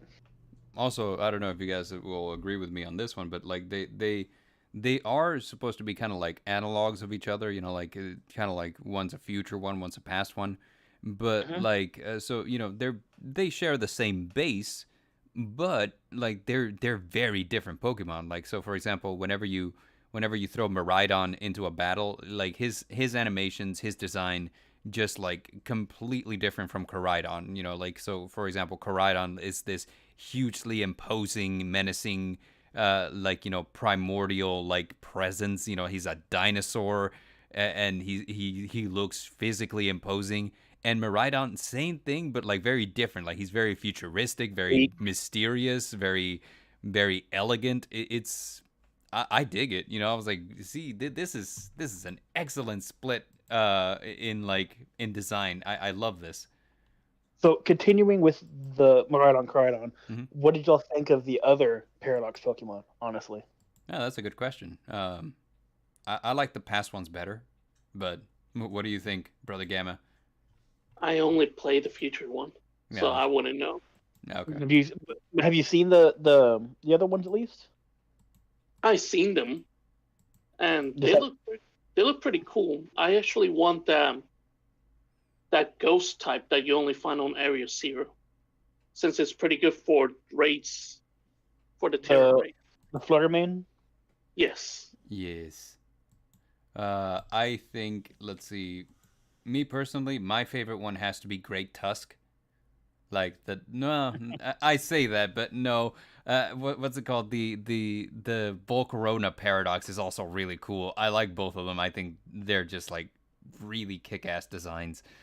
Iron Valiant. Iron Valiant is my absolute favorite. But I've always also been a major fan of the Gardevoir Glade line too. So I see you're a fellow degenerate like me. See, Bard, people can like a Pokemon chain without liking the stuff that you like about the Pokemon chain. Okay, listen. Without Rule 34ing it. What I like about Gardevoir is that it's a really good psychic fairy type. Like, the stats are really solid. It's got a good move pool. It's got decent speed, so it outspeed a lot of things. Tell me about it. Yeah, and its special defense is pretty solid. You know, it can tank a hit very easily. Yeah. Yeah. I've seen your search history, Bard. That's impossible. I cleaned it yesterday. Yeah, the sniffer in your computer always watching you. There you go. Speaking of, internet security is important. That's why today's program is brought to you by NordVPN. No, it isn't. it isn't. But you know, like, hey, Nord, if you're listening, you know, we are open to sponsorships. Yeah, I mean, if someone wants to sponsor us, I'll do a 5-minute ad in the middle of the show. Exactly, me too. I'll tell them how, you know, you can turn on NordVPN and then, you know, like, make it look like you're in a different country, so that way you can access Netflix libraries from across the world, and also how it's the leading technology for like internet security, and how you can like sign up for NordPass that will remember your password, so that way you don't have to. I mean, honestly, it's an all-stop shop for. I'm gonna get angry DMs from Ravenville. Stop fucking giving for BMP. All this free business. Raid Shadow Legends. I was about to say, I was like, Raid Shadow Legends. So Pokemon Scarlet and Violet's a great game. You know what else is a great game? Raid Shadow Legends. If you use our code in this. Nevermore 1, get 500 free gold and 300 free silver, and the new champion, the Bone Knight. The Bone Knight is also something that was written down, and everybody knew what they were doing when they wrote it. That reminds me, there was a Dark Souls boss called the Penetrator. We are going so far. That came out of nowhere. No, I mean, he said Bone Knight, and this whole time we've been talking about how like the writers, you know, just write things down, and like we don't know that they know exactly what they're saying. Sus. So, that being said, I think Koraidon and Miraidon are really solid designs. I think they're really cool Pokemon, and you know, like as far as legendaries go. This one, I will forgive them for giving me this legendary. You know, like, fine, I'm good with it. It ain't Regigigas. It ain't no Regigigas, that's true. That's definitely facts. Regigigas was just the king. Have you ever heard how he sounds like in the anime? Yes. Yes, but it's been a long time. There's a clip that makes Do an impression. Uh, he sounds like a computer, like trying really hard and failing to boot up. Isn't it Do like do all an five of impression. the Reggies together? It's if I remember right, it was a body of ice, body of rock, and a body of steel come together to form one true beast or something like It that. used to be the case, no longer, however, because with the advent of Sword and Shield, there is two new They added Reggies. dragon and electric. Yeah, you had Reggie Alecki, which is the worst name ever, and the other one, the dragon one. Reggie Drago. Yeah, I don't know. is that his name? I don't know. I don't know. Probably. Okay. I think the dragon one was like Reggie Rage or something like that. Yeah, which is Because I remember the dragon one had a slightly less depressing name than the electric one. yeah. But yeah, in Diamond and Pearl, you would have to go to like the Snow City place because that's where the shrine was. And if you had Reggie Rock, Ice, and Steel in your inventory, and you made it all the way down to the like bottom floor where the quote unquote statue of Reggie Gigas was, he would awaken, and you would fight him and catch him. Yeah. Yeah, because there was what was it? It was like Karam. What was all the legendaries on that one? Because there was like a few of them. In Diamond and Pearl, Diamond and Pearl went a little.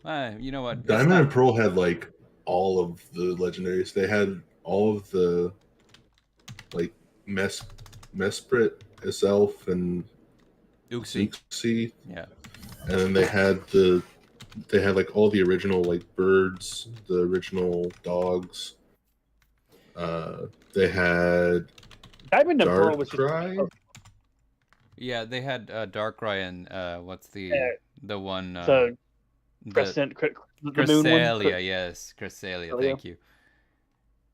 And Shaman. And Shaman. But you couldn't get Shaman unless like you had either glitched the game or it was gone through the event. With Platinum, you were able to get all of them. But with Diamond and Pearl, yeah, you had to go to either like a Toys R Us or there's like a list of stores that you could go to on a specific day of the year, and they had the event, and you could get your event key, and then it would unlock a new zone. That's annoying. And that was all annoying. Well, it was cool, but yeah, if you're like a 13-year-old who can't drive, it's kind of upsetting when you can't go get your Shaman. Right. Did you hear why they didn't put the flute in Diamond and Pearl to go get Arceus? Because they thought it would be too difficult for everybody to figure out how to get, because everybody bitched about the Reggies and Diamond and Pearl. Well, if I remember right, the Reggies they did make like super stupidly hard to get. Yeah, because you had to be able to read Braille. And you had to have specific Pokemon in your front. Like you had to have the that one fish in the front of your party. Use Dig. Oh yeah, you had to have. It was like the Coelacanth, wasn't it? Yeah, it was Relicanth. Yes. Because that was in the. We're so far off topic. That was in the original like Ruby and Sapphire. Was you had to have like a Coelacanth in your inventory, and you had to have something else to be able to go to the. You had to dive down. Yeah. Like people bitched about that, so that's how come they didn't put the flute in Diamond and Pearl. I thought it was fine. Like I found the 3 Reggies, and like it was hard, but I mean, like I was like, I like this. I actually felt like I earned something whenever I did it, Mm-hmm. Yeah, but that being said, for as many legendaries as Diamond and Pearl had, Black and White had the most amount of legendaries. Flag, because I mean it had so many. Like it had like the forces of nature, or like the nature trio, which was like Landorus, Thundurus, and Tornadus, and it had like 3 others, which Tornadus. What was the other one? They had the Swords of Justice, so they had like Cobalion, Virizion, Terrakion and Keldeo. They had Meloetta. They had Manaphy and the other one, Fion. They had what's that one? The Psychic Fire. Psychic. Heatran. Victini.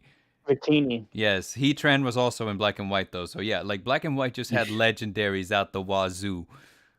Heatran, the legendary that shouldn't be a legendary. And Hoopa. They had Hoopa. They did have Hoopa. And the thing that makes me laugh is that Black and White, the Unova region is based on New York. And we had the most legendaries. And I was like, of course we did. We in America, we do it better. So, they treated Volcarona like a legendary in like in the Unova region. And now it's just a Pokemon that you can catch. Everywhere. Yeah, so I don't know, man. But yeah, so like that's our opinions on Scarlet and Violet. In my opinion, you know, for all its flaws, it's possibly one of the best Pokemon games to date. I would put it slightly below Sword and Shield. I still think Sword and Shield was better. Sword and Shield was more polished. That's for damn sure. Yeah, it had its share of problems too, but it certainly didn't glitch the way that Scarlet and Violet does. That's for sure. The memes. Yeah, all the memes, the memes. But so that's my opinion on it. You guys have any closing thoughts on Scarlet and Violet? Definitely one to pick up. It's a great game. It's a great game. Yeah, as a returning player, Brother Gamma, come to think about it, did you have any impressions on it, or like any expectations? It's way too damn easy. Okay, that's the spirit. It's easy. Even by their saying how you gotta get the legendary Regieyes, this is way too easy. Yeah, it's been kind of like a complaint that Pokemon players have had for a while. Is like, you know what? Yes, we understand that you have to cater to the common denominator, which would be, you know, kids. But you know, longtime fans of the series are adults now, so you could stand to up the difficulty spike a little. We wouldn't complain. But you know, we also said that we wouldn't complain about a lot of other stuff, and now we're complaining about it. So, like for example, rare candies used to be a commodity. Oh yeah, that's true. Now you get them left and right. And extra large, small. You get the extra freaking large, which is 4 levels or so. Yeah. Depending on what level your Pokemon is, if you feed them an extra large candy and they're like a level 10, you're gonna get to level 35. It takes like 64 extra large candies to max out a Pokemon from level 1 to level 100. Dang. Whoa. So yeah. One Manaphy. Uh-huh. Did you ever get that one? Yes. Because the only way to get that one was through Pokemon Ranger. Either that, or if you hack the game. But you know, we don't condone that here. That said, what's it called? I could agree with Brother Gamma. You know, like it is a notoriously easy series. Some entries are a little more hard than others, but like, so for example, Scarlet and Violet is harder than Sun and Moon. But Sun and Moon is a little harder than X and Y, which is by and large considered to be the easiest Pokemon game there is. So I would say, like, the further back the generations go, the harder the game gets, because there's less items, there's less, just less of everything. Yeah, like everything was treated as a commodity, like you said. But now it's basically like, you can just, like, for example, the mints were introduced in the last generation in Sword and Shield, and they change your Pokemon's so useful. Yeah, they change your Pokemon's nature. And I understand why they're doing it, because it used to be the case that, like, say, for example, like, if I started out with my Skeledirge, and I grew attached to this Pokemon, but he had a bad nature that didn't help his stats, then I was just, you know, like, my option was just raise a different one with a better nature. And I'd be like, but I'm attached to this one because this one's the one that I completed the game with. And they'd be like, well, tough luck. You're going to have to go find one that's better. But now it's like, okay, does your Pokemon have a bad nature? Okay, well, feed it a mint. And, you know, like in Sword and Shield, you had to fight to find those mints, man. They were rare. But now these are everywhere. Yeah, now they're dropped in raids. Now you can find them on the ground. I was picking them up left and right. I found an adamant mint like dang near Route 1. Yeah, so like An adamant. an adamant. So, We got there, boys. Yeah, we got that. High fives there, dear. I'm proud. But Dang it. yeah, so like yeah, like I understand why they're doing it because like some people don't want to give up on the Pokemon that they raised from the very beginning, and they're like, okay, so we make it easier to make your Pokemon viable no matter what the situation is. Like like do they have bad IVs? Okay, well you can use a bottle cap. You can find bottle caps everywhere now, and hell, you can even buy them out of the store. Like. So, but the only way to get Uh-oh, did we lose Helix? Uh-oh. I Helix? think we lost him. I think Game Freak Hello? wanted to Hello? silence him. Oh, there he is. Game Freak is all like, he's gonna tell him where to find gold bottle caps. Quickly, shut it down. You not hear me now? Yes. Yeah, we can hear Okay. As I was saying over at the auction on the in the port, it's the only way to get golden ones as far as I know. No, you find them as rare drops. Oh, you can? Okay. Yeah, you can. I found a couple as rare drops. So Haven't found a single one yet. The Yeah. only thing that I think that is the hardest thing to get is an ability patch. yes, the ability capsules are a little difficult to find. I have 4, but like I've been just like grinding the games. Oh, I mean, like I No, found some. Not the capsule, capsule, the the patch. What's the patch? It gives you the hidden ability. Oh, interesting. You I didn't only even get know that was a that thing. Yeah, I've You got can only one. get that from Charizard raid, I believe. Yeah, that's correct. I've gotten Very one. interesting. And I have not used it yet. I I don't thought you think knew it- about it, honestly. I didn't think I have even found one. I have I got 3 it from ability capsules and 1 patch. Nice. Very I cool. got it from the Charizard raid, and I immediately used it on Mousehole for the For the tactician? for the technician. That is awful. That is hilarious. Going back to the Pokemon design, Mousehold. I generally don't like it when the design philosophy is like when it evolves, there's just more of it. So, for example, Diglett into Dugtrio or Magnemite into Magneton. But Mousehold just cracked me up. It's like you have 2 mice that are stuck together as tandem mouse.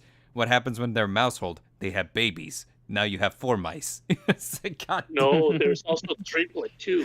Yeah, that's right. There's like either like they had 1 baby, so it's a 3 tandem mouse, or they had 2 babies, so it's a 4 tandem mouse. And I'm just like, this is stupid. I love it.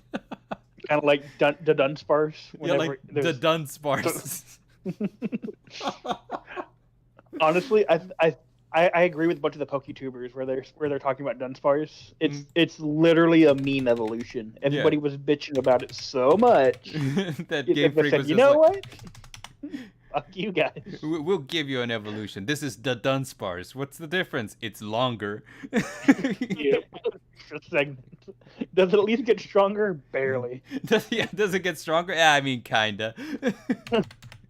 Yeah, as long as they use that drill move on you, you'll be stronger. Otherwise, no. Yeah, like maybe a You say little. it powers doubles. It's beautiful, man. I'm like, I respect Game Freak for doing that. It's like, yeah, we could make it cool, or we could just keep the train going. They definitely did. Yeah, it's beautiful, man. It's wonderful. But yeah, At one, yeah, go ahead. oh, I was gonna say at one point I was getting body by that fat squirrel. He kept using body slam on me. Oh, by when I Greedent. used the game. Yep. Yeah. Greedent my can way get kind to of get annoying Larry. sometimes. Yeah, it is annoying sometimes. Mm-hmm. Yeah. It's a what do you call it? Like you find like the bulky Pokemon that have like a lot of HP kind of like difficult to get over at certain points. And Greedent is one of those. Greedent being like one of the designs that was not well liked whenever it was first introduced in Sword and Shield. Like he's the first route rodent. Like Rattata and like all that. So it was just like Squovit into Greedent, and everybody's like, "Oh, we finally have like a squirrel Pokemon. How beautiful! I wonder what majestic creature it's gonna evolve into." And Greedent's just like a fat squirrel, and everyone's like, "Ew!" It's just like, why? Like, why'd you look cartoonish? Yeah, I know. Everyone's like, "That's the Peter Griffin Pokemon because he looks so much like him." Oh, wasn't the Dunsparce also banned in competitive? The Dunsparce? No. Yeah, because of Serene Grace, or was it Dunsparce that was? Nah, neither one. I mean, the one that I know that was like a problem with Serene Grace was Togekiss. Because Dunsparce. I'm Dunsparce. If it was, I don't know of it, and I find it hilarious. It's beautiful. Apparently, the one that's killing it in competitive play right now is Meowscarada. Everybody's saying that it's just good. Dunsparce was banned in Little Cup. That's what it was. Oh, in the Little Cup. Well, that makes sense. But yeah. Anyway, that's our review of Pokemon Scarlet and Violet. It was a long, meandering review because we were just gonna say what came to the top of our heads. And you got our opinions. From a veteran player, I like what it was. From a player that plays casually, Helix, you like what it was. From a returning player, Brother Gamma, it was easy. What do you think I am? Just like a filthy casual game freak? Step your game up. But yeah, any opinions you'd like to share with the audience there? It's not Reggie Gigas. It's not Reggie Gigas.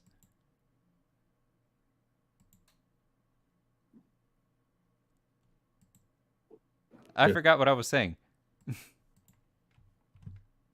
I was closing out the show. Once you join the collective, you could leave Nevermore. I have been the Midnight Bard, and I am the Midnight Bard.